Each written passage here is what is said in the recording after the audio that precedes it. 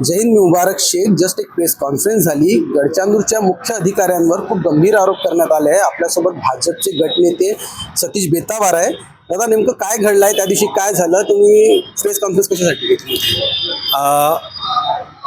नेमकं 20 जानेवारी 2026 रोजी गडचांदूर नगर परिषदेतील विविध विषय समितीच्या निवडी संदर्भाने माननीय जिल्हाधिकारी यांनी विशेष सभेचं आयोजन केलं होतं। त्या विशेष सभेचे पीठासीन अधिकारी म्हणून मुख्याधिकारी गडचांदूर यांची नियुक्ती करण्यात आली। सभा सुरू झाल्यानंतर सभेत जे दोन महत्त्वाचे विषय होते, सकाळच्या सत्रात दोन सत्रामध्ये सभा होती, एक सकाळी 10 वाजता आणि मतदानाची प्रक्रिया दुपारी 4 वाजता। सर्वप्रथम 10 वाजता गडचांदूर नगर परिषदेत किती समित्या असायला हव्या जे गडचांदूर नगर परिषदेचं कामकाज सांभाळतील, तर त्यात सर्वप्रथम चर्चा करण्यात आली व त्यावर मतदान घेण्यात आलं।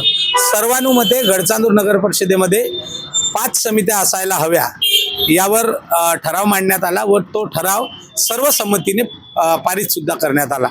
त्यानंतर दुसरा ठराव असा होता की त्या समितीत किती सदस्य संख्या असायला हवी, त्या अनुषंगाने माननीय पीठासीन अधिकारी यांनी संख्याबळानुसार व पक्षीय बलाबलानुसार मार्गदर्शन केले व प्रत्येक समितीत किती सदस्य जाईल ते सर्वांना समजावून सांगितले।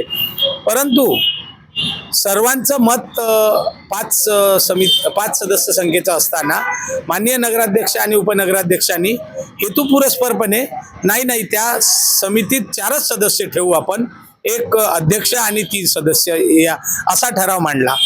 त्यावर आम्ही सर्व विरोधक सदस्यांनी आपला विरोध दर्शविला, परंतु अध्यक्षांनी तो ठराव 8 विरुद्ध 12 या मताने हात वर करून पारित करून घेतला व त्याची रेकॉर्डला नगर परिषदच्या इतिवृत्तात आणि नगर परिषदच्या व्हिडिओ रेकॉर्डिंगला नोंद आहे। परंतु काही वेळानंतर त्यांची चूक लक्षात आल्यानंतर, कारण 4 सदस्य संख्या झाल्यानंतर त्यांच्या मित्रपक्षाचा एक सदस्य कमी होत होता आणि तो सदस्य म्हणजे त्यांच्या ठरावानुसार ते घडलं पण, तर त्यांनी तो ठराव बदलण्याची पुन्हा मागणी केली की जे चूक आहे, एकदा जो कुठला ठराव 4 सदस्य संख्येचा जो ठराव झाला त्याला बदलवता येत नाही, परंतु त्यांनी बदलवण्याची मागणी केली। आम्ही त्या मागणीवर ठाम राहिलो की जो ठराव झाला आहे त्यानुसार 4 सदस्य संख्येनुसार सभेचं पुढील कामकाज झालं पाहिजे। परंतु त्यांनी आमची कुठलीही मागणी लक्षात घेतली नाही किंवा आमचा कुठलाही विरोध लक्षात घेतला नाही। त्यामुळे आम्ही सभागृहात बहिष्कार टाकला व सभागृह सोडले। त्यानंतर त्यांनी जी प्रक्रिया केली ज्यात आम्ही कुठल्याही प्रकारे समावेश नव्हता, त्यानुसार त्यांनी 5 सदस्यांची पुन्हा एकदा ठराव घेतला आणि तो पारित करून घेतला। त्यामुळे हा जो प्रकार झालेला आहे हा अनुचित आहे आणि गैरकायदेशीर आहे। त्यामुळे या नियमबाह्य ठरावाला आमची मान्यता नाही। त्या विरोधात आम्ही माननीय जिल्हाधिकाऱ्यांकडे अपील दाखल केली आहे 308 अंतर्गत आणि माननीय मुख्य पीठासीन अधिकारी व नगराध्यक्ष यांनी संगनमताने हेतुपुरस्परपणे जे काम केलं त्यावर त्यांच्यावर कायदेशीर कारवाईची आम्ही मागणी केली। मुख्याधिकारी साहेब जे आहेत ते भेदभाव करत आहेत? नक्की त्यांनी पक्षपात करून सत्ताधाऱ्यांची बाजू घेऊनच हा ठराव बदलविला आणि त्यांच्या कथनी आणि करणीत फरक आहे।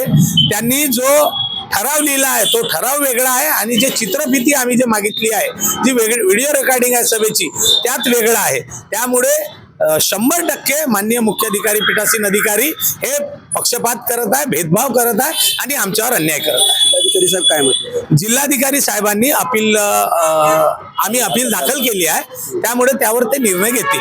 अजून काय मागणी आहे? जिल्हाधिकारी साहेबांना आमची एवढीच मागणी आहे की त्यांनी बेकायदेशीर ठराव लिहिणाऱ्या, ठराव घेणाऱ्या आणि ठराव बदलविणाऱ्या पीठासीन अधिकाऱ्यावर व मुख्याधिकाऱ्यावर व माननीय नगराध्यक्ष ज्यांनी यात दबाव आणला यांच्यावर कायदेशीर कारवाई करावी। हे आपल्यासोबत होते भाजपचे गटनेते सतीश बेतावार।